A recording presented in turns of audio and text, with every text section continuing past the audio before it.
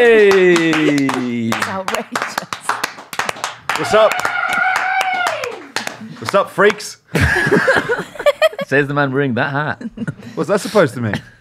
You're wearing a vest, bro. What's worse? What's the worst? Let us know in the comments. Yeah, where are you going later? The rodeo? Am I right? Yes.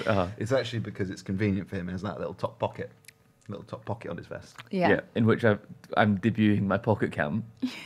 What have you caught so far? I don't know. I have to check so far. Cut to it now.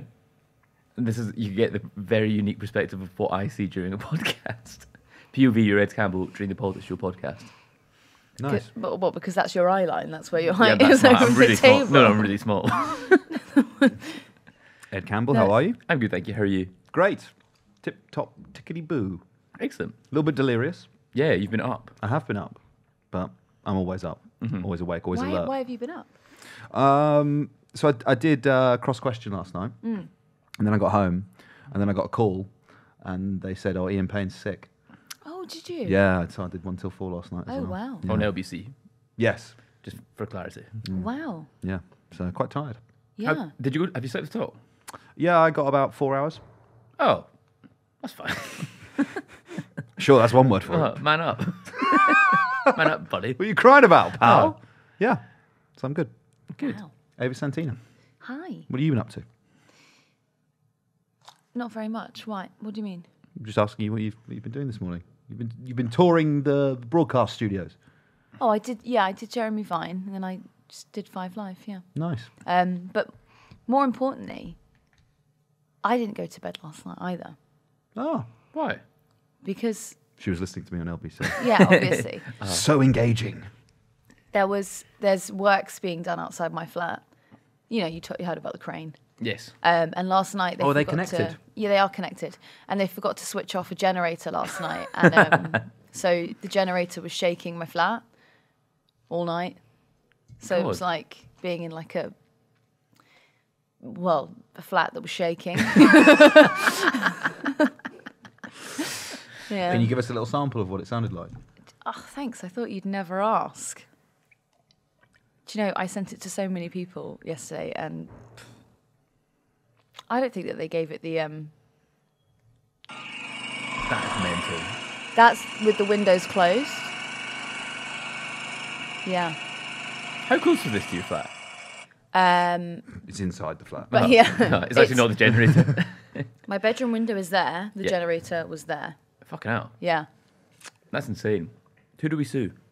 I don't know, but the woman above me wanted to phone the police, and I was like, Not really a police I don't know. issue. is Yeah, I it? don't really know what they're going to do about about it. to be. Yeah. She was like, this is illegal. And I was like, but what? Them arresting the generator. Yeah, do you know what I mean? That's one for the council, no noise complaint. I phoned the company this morning, and they were so apologetic about it. They were like, oh, that must have been awful. I was like, Wow, sucks to was. be you. Yeah. We make the people who work for us, we're ear defenders when that's on. Well, they do. Oh, yeah. Yes. Yeah. Okay, Do you have tinnitus? I don't know, but I can't hear that well today. sounds like it. And Yeah. I feel a bit like queasy. And I think it's because it feels like I've been like shaken for 14 hours or whatever. It's cool. Jesus Christ. So basically, you're the only one that feels right. Yeah, no, I slept well last night. Good for you. Thanks for asking. Yeah, you got a good t-shirt on as well. Yeah, you've seen this before. Yeah, I complimented it last Oh. week. Yeah. Excellent, thank you. He's drippy, He's isn't been he? turning out for the books, this guy. Count Dripula. Do you think we should get Trippier. into the politics? Because people are getting really upset about Yeah, all they just- said before this, we need to do a tight half an hour. We've just spoken about each other's clothes and our sleep. Okay. Or why don't you start with what you want to start with? Me? No, Ollie. We're gonna. I thought it was- No. We should. We I should think do. that's for after. We should do PMQs Yeah, first. that's dessert. Yeah. I think people will be annoyed if we do that first. Okay. And we're in hock to the audience. Well, I'm in contempt of them, but sometimes they're right. And I think that they'd be right on this occasion. Should we roll the clip? Roll the clip. Keir Starmer. Thank you, Mr. Speaker. I heard what the Prime Minister just said about the Post Office scandal. It is a huge injustice. People lost their lives, their liberty and their livelihood, and they've been waiting far too long for the truth, for justice and for compensation. So I'm glad the Prime Minister is putting forward a proposal. We will look at the details, and I think it's the job of all of us to make sure that it delivers the justice that is so needed. Mr. Speaker, back in 2022, when Boris Johnson claimed he would send asylum seekers to Rwanda, one ambitious Tory MP had reservations. He agreed with Labour that it wouldn't work. It was a waste of money. It was the latest in a long line of gimmicks. Does the Prime Minister know what happened to that MP? Well, Mr.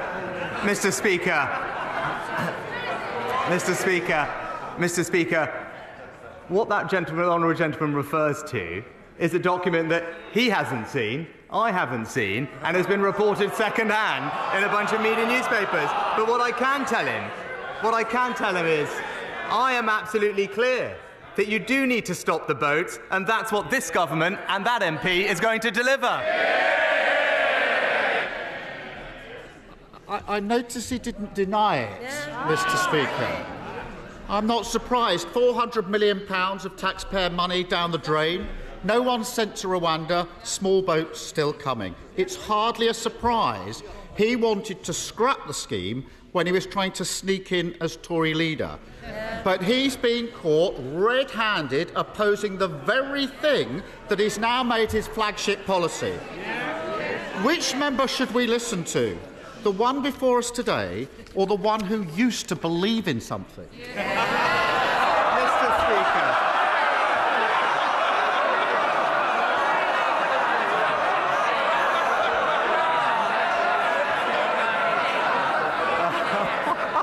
Mr. Speaker.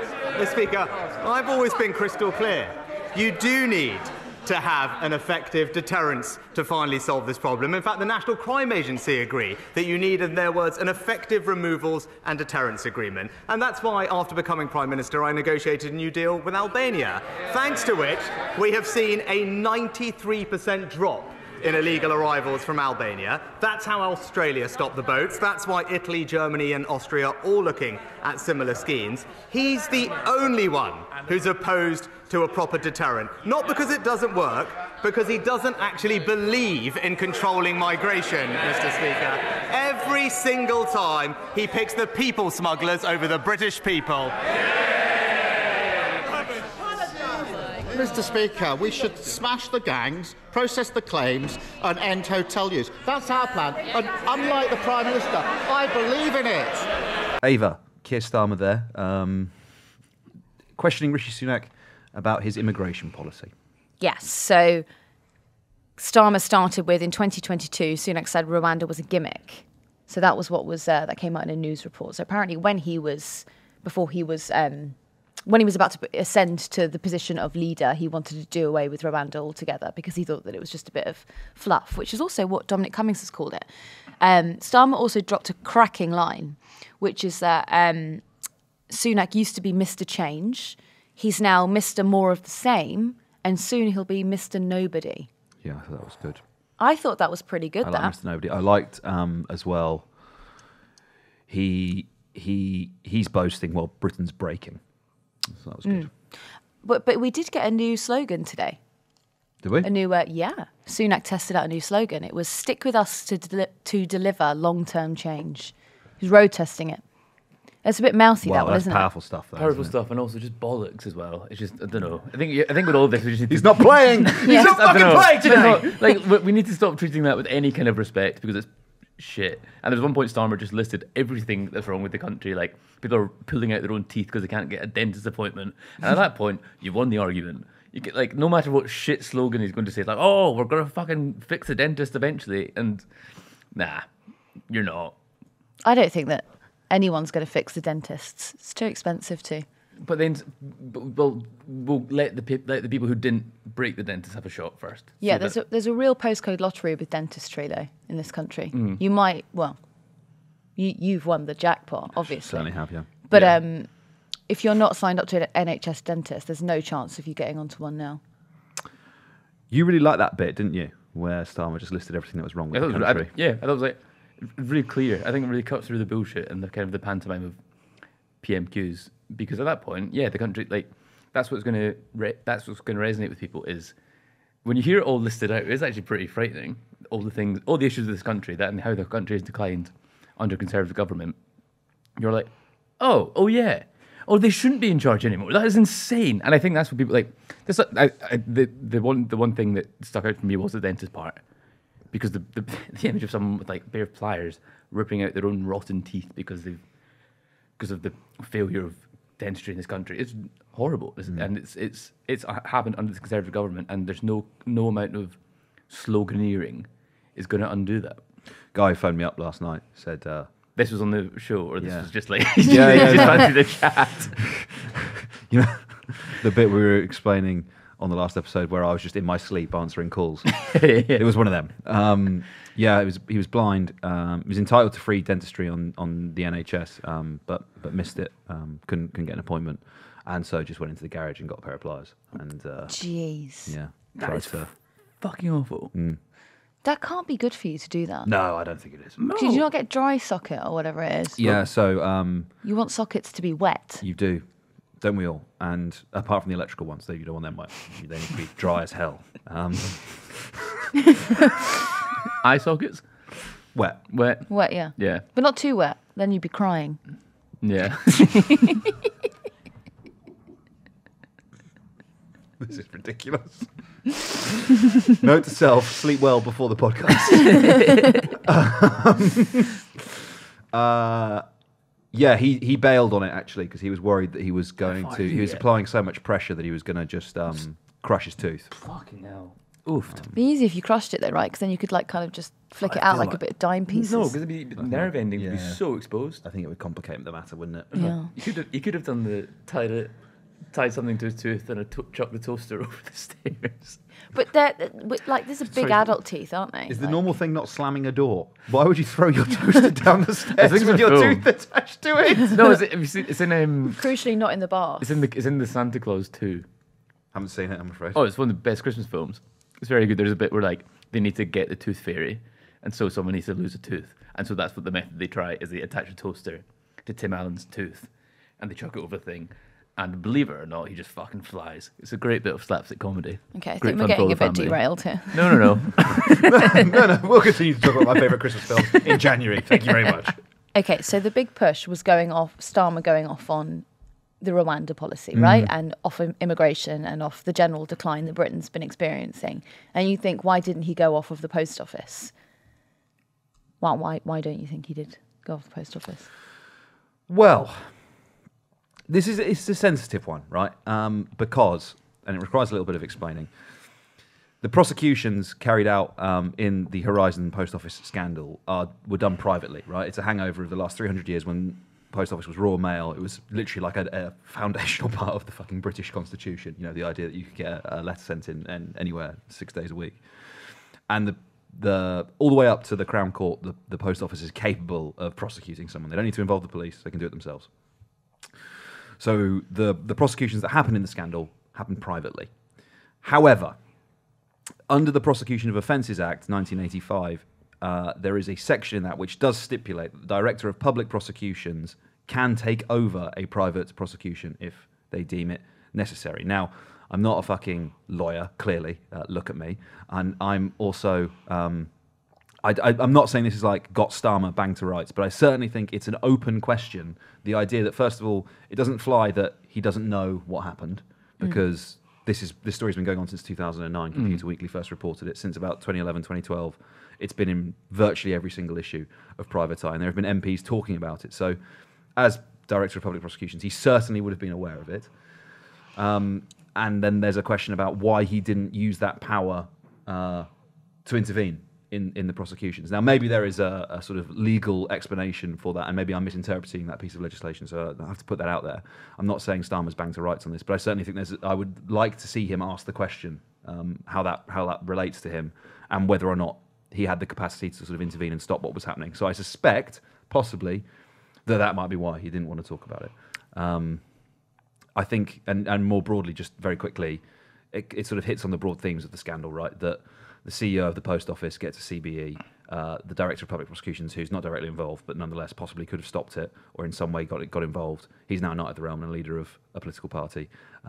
The prime minister that introduced the Horizon IT system to the post office, Tony Blair, is a Knight of the Realm. The post office minister, when this was kicking off, Sir Ed Davey, is a Knight of the Realm and a leader of a political party. So the scandal is kind of infused with the class politics and distribution of power in British society. Was that I Stephen agree Flynn with himself? that, and I also think there's a second prong to that. So I also think that there's a concern because Ed Davey, Liberal Democrat leader, is obviously taking quite a lot of flack for not having or refusing to have met Alan Bates the first time that Alan Bates wrote to him, and then not really doing anything afterwards. The business minister before him, who was in post, was Pat McFadden, who sits on the Labour shadow front bench. One of his closest confidants, yeah. Yeah, one of his closest confidants. And guess who was business secretary at the time? Peter Mandelson, another one of Starmer's close confidants. So they were in post in 2009 when that story first broke. So the same questions that are being leveraged at Ed Davey could also be leveraged at them. Yeah. One thing I want to add about Keir Starmer and this immigration debate, and that, you know, he and Rishi can face off against each other and say, "I'm going to smash the gangs. No, I'm going to smash the gangs. I'm going to stop the boats. No, I'm going to stop the boats." The simple fact of the matter is they can talk about clearing out the hotels. They can talk about breaking the criminal gangs. There is one very, very, very simple piece of policy making that they could adopt that would do all of those things in a heartbeat. And it's something that the French have actually offered to do as well. And that is to set up a processing centre on the other side of the English Channel. No one is paying thousands of pounds to a people smuggler if they can walk into a building in Calais and make their asylum application there. There's no need for them to be housed in a hotel because their claim is being processed whilst they're in France. You stop all of that. The reason they won't entertain that policy is because it diverges away from the current position of criminalising asylum seekers. Yeah. It's too conciliatory. That was offered, wasn't it, to Priti Patel? Yeah. Yeah, a few years ago. Were you listening to me on Jeremy Vine this morning? Always. Nice. Solid. I know you weren't, but it's nice for one moment to think that you might have been. God, I love being on the telly. No, but Hit him. Hit him. Hit him. Just hit him. Hit him. Go on. Just hit him. I'll rise above it. When they go low, we go high, am I right? Correct. No, when they go low, we just go back on the telly. Should we listen to Stephen Flynn? He did just say the exact same thing that you did. He did, but do you know who said it first, my man? Well, he was listening to LBC overnight, wasn't he? He did. Did you make this point on LBC? Yesterday. Okay. Well, the SNP PoliticsJOE Just admit it. information cycle continues. Yeah, But look. Stephen was in an earpiece to Ollie, as he was saying. Yeah, no, I was I get notes from Stephen Flynn. I just repeat verbatim what he says to me. There's going to be an attack advert on Stephen Flynn of Flynn in your pocket. Are you still filming? Yeah. Yep. What are we going to do about it? Shall we listen to Stephen Flynn now? Yeah. I don't think the Prime Minister quite gets it. This isn't just a plague on all their houses. This is a plague on this House itself, because injustice goes far beyond just the sub-postmasters. Just ask the Waspy women, or the victims of the Equitable Life scandal, or the victims of the infected blood scandal, or the victims' families from Grenfell or Hillsborough. The reality is that when the public come knocking on the doors of this here chamber seeking justice, the government only ever answers when they have no options left. Now, the Leader of the Opposition said last week that the public are right to be angry at Westminster, and they are angry at Westminster. They're angry at Westminster because they know that this place never really changes. Does it, Prime Minister? No, Mr. Speaker. This is, and actually I am sad that the Honourable Gentleman is trying to politicise something that has happened over multiple decades, with multiple people at fault. But the key thing is, after the 2019 High Court case, the government did act to establish an independent inquiry, independent compensation schemes, and as I said, has paid out compensation to 2,500 people. But rather than trying to politicise it, what we should be doing is focusing on the people affected and making sure that they get the answers, justice and compensation that they deserve, and that is what we are delivering. Ava, what did Stephen Flynn have to say then in the Well, chamber? brother, I can't find my notes on it. No, hang on, I do railing remember. against Stephen Westminster Flynn. establishment. Stephen Flynn was excellent today. It was. When's he not? What? Am I right, Ed? Yeah, he's pretty good. You seem to be trying to get me to debate me, but you're not.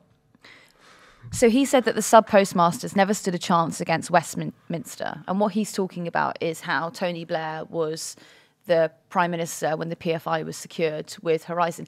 Did you know Horizon was, and the Fujitsu computer software, Japan were pressurising the UK to make the post office take that on? I mean, how ridiculous is that? And then it was the cheapest of the three contracts that were bid for it. Yeah, well, it was dog shit, evidently. So, you really... I wonder it was so cheap. Yeah. Anyway, so fast forward 20 years, 20 odd years, Liz Truss signs a trade deal with Japan, and it's hailed as one of the post-Brexit huge success stories, right? What was discussed during that trade deal? More government entwinement with Fujitsu. And so that's where you see some of the £4 billion worth of contracts that are now being were tendered by the UK government to Fujitsu have come from. Since 2019, yeah. You've got software there that it's in the Home Office, the Foreign Office, the MOD. Everyone is using Fujitsu software. So what the question is, which David Davis was actually the person who touched upon this at one point. He said, why is it not Fujitsu who has to pay compensation to the victims? Because why does the taxpayer have to take on that burden? I mean, 150, I think you said yesterday, was it 150 contracts since the scandal broke that they've won? Last year, 1.3 billion in revenue, 22 million pounds in profit for Fujitsu. So, there's certainly, I think, a very strong argument that they should be the ones footing the bill and not the taxpayer. But I guess you can go full circle on that and say, in a roundabout way, it's still the taxpayer footing the bill because we're still sending them billions of pounds for these contracts. Sure, but if we're, I'm not going to say what I was going to say. If we're being fucked, we might as well, I don't know. Someone else might pay for it. Someone else should pay for it. We shouldn't pay for our own exposed arsehole. Yeah, exactly. Yeah. Exactly. I'm always saying this. What was very funny was Sunak, when Flynn was making the point about Westminster establishment, Sunak goes, well, don't politicise this That was issue." amazing. It's a political issue. Of Yeah, course it's a political issue. Of course it's political. And It's such a lazy... Lee Anderson literally stood up not 10 minutes earlier and was like, when will Ed Davey resign over this? It's like, oh, sorry, Mr. Sunak, is that not the deputy chairman of your party seeking to politicise this issue? Or am I wrong? I don't know. Fucking... It's so funny when people are like, whoa, I know this is politics and we're a politician and there's obviously a political element to it. Obviously, everything is politics. But being like, don't make this a political issue. Oh, we've done something historically badly. Oh, I'd hate for you to use that against me. The only one who has the moral high ground on this is Stephen Flynn, right? Because he's, as I said, he's pointing the finger at, Tony Blair for originally securing the contract, like the coalition government for knowing about it and doing nothing about it, and then the Tories for continuing to give contracts over to Fujitsu. The SNP. Great guys. But, the argument would be that, can I just say, the argument would be that they weren't actually invited into the conversations. But nevertheless, they weren't involved in it. I'm sure if it had been an SNP postal affairs minister, they'd have gone, Alan Bates, get in here right now. Yeah. Where is Alan? Can we very briefly, this actually doesn't pertain to PMQs, but it pertains to the SNP. And have you heard about Brian Souter? No. So Brian Souter is the founder of Stagecoach Bus Company. Oh, yeah. And Hamza Yusuf has been having a series of cosy dinners with him to try and cozy up with him because he was previously a really big donor to the SNP, but then kind of steered away from that during Sturgeon's era and the kind of the pro-trans Stagecoach steered stuff. away. Yes, Nice. there's been lots of driving references in this. But the thing that Brian Souter is, when they were trying to abolish, it was something to do with Section 28. It was basically the teaching or discussion of homosexuality in schools. He organised a kind of rogue postal referendum, spent millions of pounds on it to try and basically try and stop the discussion of homosexuality in school. If you're a progressive party and present yourself as a progressive party or government within the United Kingdom or any country really, you really shouldn't be buddying up with millionaires who organise a wildcat referendum about which promoted misery for gay children in schools. I think it's if you're presenting as a progressive party, then it's absolute bollocks, basically. So he was into the SNP when they were the Tartan Tories, basically, and as they've liberalised, he drifted away. Yeah, but now Yusuf's trying to court him again. So what's going to happen with all the gender critical or the gender legislation? And they parked that anyway. I think because that was Parked it. in the stagecoach. They parked in the stagecoach depot. No, because I think they're not going to pursue that anymore. Are we done with the politics? No, we're not. This is our one politics podcast, and moment that we actually do politics on here. We can leave it if you like. What would you like to talk about? I was just quite interested in. Should we play the Anna Firth clip? Sure. Oh, that was funny. Yeah, that's not politics either. That's nonsense. New, very large shellfish beds have been discovered in the Thames estuary, including razor clams and manila clams, both highly prized around the world. So will my right honourable friend join me in congratulating local fisherman Mr Paul Gilson on his proactive work? And will he come to Leigh-on-Sea, meet my local fishermen, so we can discuss how to maximise this brilliant Brexit bonus for Essex fishermen? Well, can I join my honourable friend in welcoming this fantastic discovery? We have been capitalising on the benefits of Brexit since we left the EU, and we're making sure that we can transform opportunity in the UK, particularly in fishing communities. I know my honourable friend, the Minister for Farming and Fishing, will be happy to meet with her to discuss what more this could mean. And I hope I also have an opportunity to come and see her and see this incredible discovery for myself too. Anna Firth said that it was a brilliant Brexit bonus that razor clams had now been found bedding in again in the Thames. Have you ever eaten a razor clam? Well, I was thinking more of what was Brexit stopping before? What was that? Is it because there's now more pollution in the rivers that razor clams have been able to grow? Is that what it is? There's more shit in the river. Do they grow out of that? What is a razor clam? It's it's really long and thin. Right. It's sort of the shell of it looks almost like a cutthroat razor. Okay. Have you ever seen that before? A cutthroat razor? Beach? No, the shell. Oh, I think. And the sort of the clam within it. Never seen a razor. Look at this. And the clam is kind of like long, thin, and white. Okay. And it tastes fucking disgusting. What does really? it taste like? Well, it's the texture of it more than anything, really. What's the It's texture rubbery. like? Yeah, the only way you'd really eat it is by chopping it up into little pieces. And it's not. Is it like? If we're talking delicious mollusks on the British coastline, It's not one of it's them. got to be way down. What is a delicious mollusk in your eyes? Regular clams would be a good start. Mussels, oysters. I'd quite like to have an oyster because they're vegan now, aren't they? They're vegan? That seems not true. I think they've been declared non-sentient by the government. So there's a loophole for vegans. Yeah, look, there is actually a really interesting ethical discussion that in some cases eating mollusks is if the reason you're a vegan is for sort of ethical animal cruelty reasons, there's more justification for eating something like a mollusk which doesn't have a central nervous system and the research would indicate can't feel pain. It's essentially just a stomach, right? Why would you want to eat that? Actually, I was at They lunch on fucking taste Saturday and delicious. he had an oyster and I did look at it and I thought that looks fucking disgusting. When I tried oysters, I didn't know if I liked the taste of the oysters or like the taste of Tabasco and lemon. Well, I mean, that's what it tastes of. Yeah, but that's a nice It's flavour. also tastes a bit like the sea. But anyway, if you're going to eat plants, for example, generally speaking, in most agriculture, there is some kind of death involved, even if you're eating a plant. So if you're eating cereal grains, which are harvested by combine harvesters fucking annihilate whatever is in front of them, and that might be rabbits, deer, birds. There's quite a lot of warning that comes with the combine harvester. Trust me, they still don't get out of the way.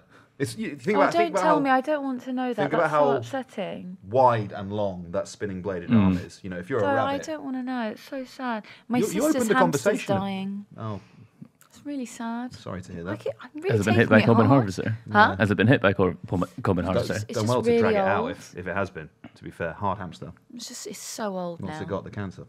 I think it's just old. It's swelling. It's in its 3rd year. Did I tell you my dog? Bollocks are so big. Did I tell you my family dog is on Valium? Oh yeah, you did. Sounds pretty fucking punk, though. Isn't that insane? Can you tell us what was wrong with the dog again? So it has something called sundowner syndrome, which is like dog dementia. So at night time, he gets really agitated and confused. So to combat that, they've prescribed him human Valium. Human Valium? Human Valium, not dog Valium. So that means you could Which take is the 7 times Valium. as strong as human Valium. we were suggesting that my mum and dad never tell the vet the dog is dead and just, and just keep getting the prescription. The vet trying to send the Guinness Book of World Records around. This Your dog is 40 years old. Oh, but his life is shit. He's blind, deaf, diabetic, got dementia. It's like Helen Keller. Helen Keller. Keller. I think Helen Keller was like Monica's mum. This is so subpar. Can we talk about the funny thing now? Are you done with politics, Eva? Well, I can be. 2 stories I want to hit on. 1, micro penis Bass Pro Shop guy. What? You know the guy I'm talking about. No. The man swimming in the Bass Pro Shop. Oh, I didn't know he did micro penis. It looked perfectly normal to me. That's just a normal penis. You fucking walked right into that one. Fool! You mean the guy with the gigantic dick in the Bass Pro Shop? 1, him swimming in that tank. He looked so free. He did, glorious. Yeah. That's just the definition Swimming of naked masculine joy. Swimming naked in a transparently walled pool is so funny. There's also a fishing shop, yeah. It's powerful stuff. Yeah, unbelievable. Then also the picture of him sort of laying face down on the floor, like with his legs kind of spread apart. Looking like Drunk. what I imagine a mollusk looks like when it's not in its shell. So actually, there's a striking resemblance to a razor clam, let me tell you. So that's number 1. Number 2, please can we talk about the tunnels Absolutely. in New York? Yes. What's going on there, guys? It's pretty admirable structural engineering. First of all, I mean, it is impressive, actually. It's mental. It is Could impressive. you build a tunnel? Yeah, but I With don't your know if I'd buddies? survive building it. No. I think it could possibly collapse in on me. My first word on this is I'd like to talk about the guy who for years was telling his neighbours and anyone who would listen that he could hear Jews in his basement. Was that all bullshit? And anyone... No, I think they found it because a guy reported it. He could hear them. He could hear them through the walls. I thought that was a joke tweet. Anyone who... Imagine I come into work one day and I'm like, Ed, when I go into my basement, I can hear Jews. You'd be like, Ollie, you're an anti-Semite. Go home. That's disgusting.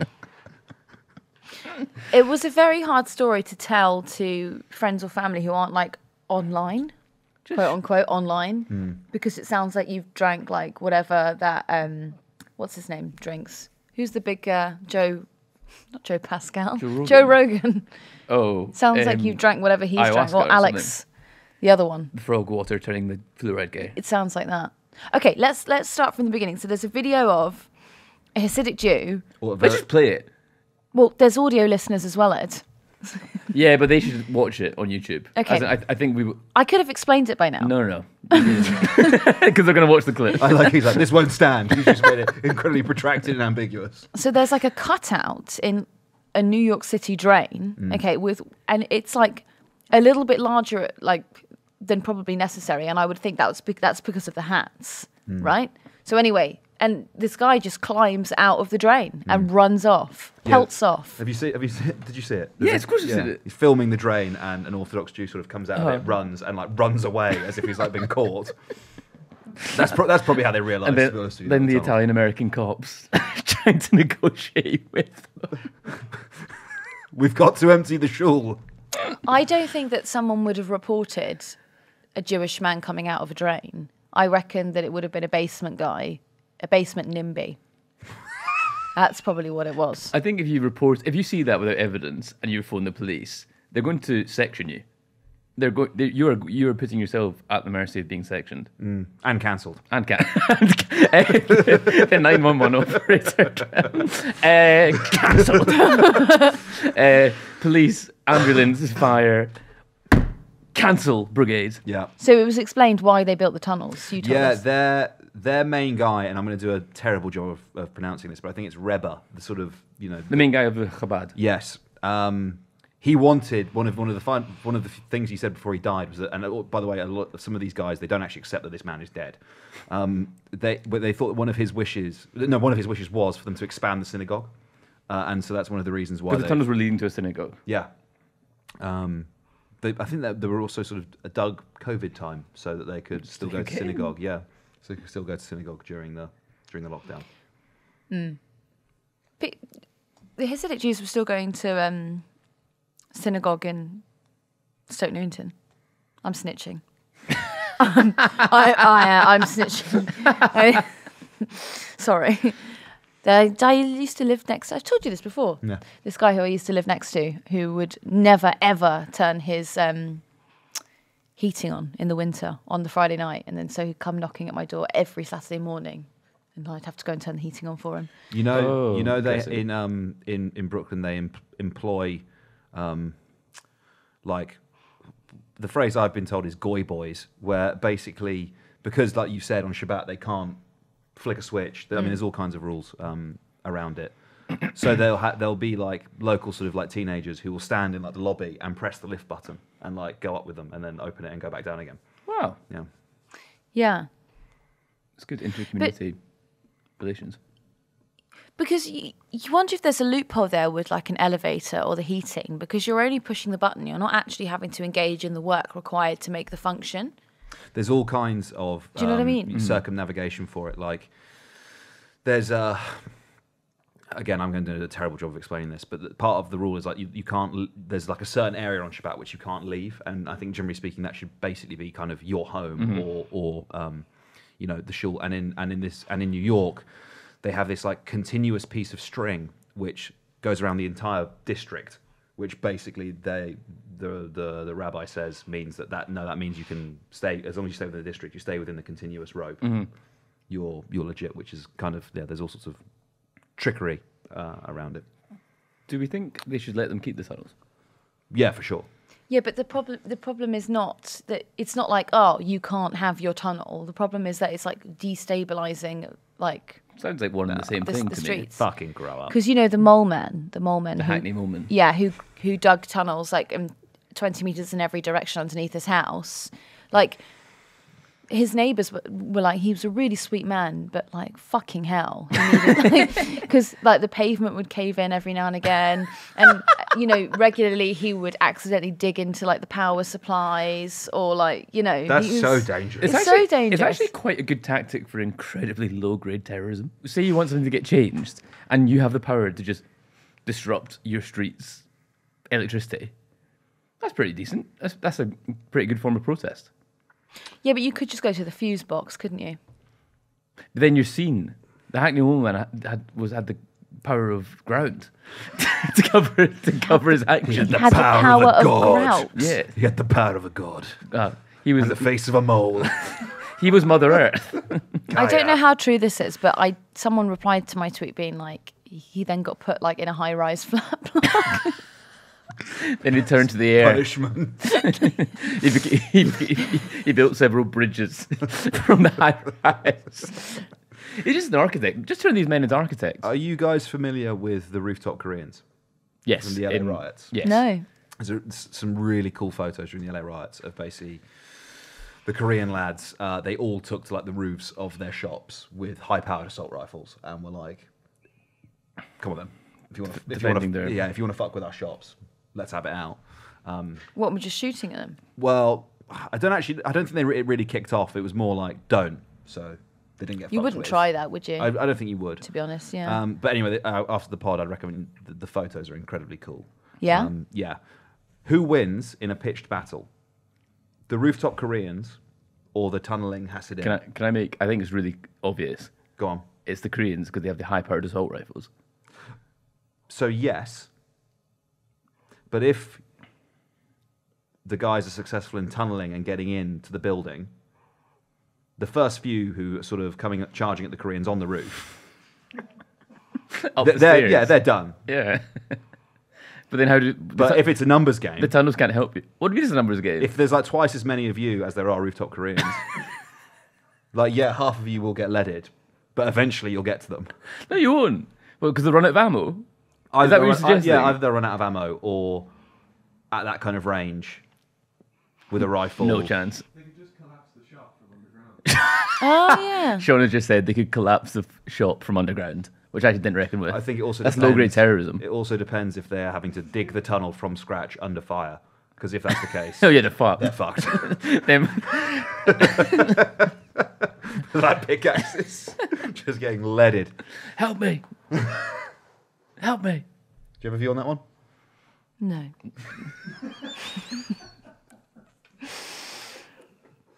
In one of our recent hypothetical thought experiments about who would win in a fight, someone who has training in fighting dogs DM'd me Oh, God, yeah.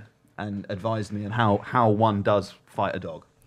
But if you're being attacked, not just... You don't go to the park and initiate No, fights. you'd be foolish to initiate. But the tactics would remain the same. Yeah, they would, but don't go to Hampstead Heath and initiate mano a mano combat. Mano a canis No, combat. there's way more dogs in Brockwell Park.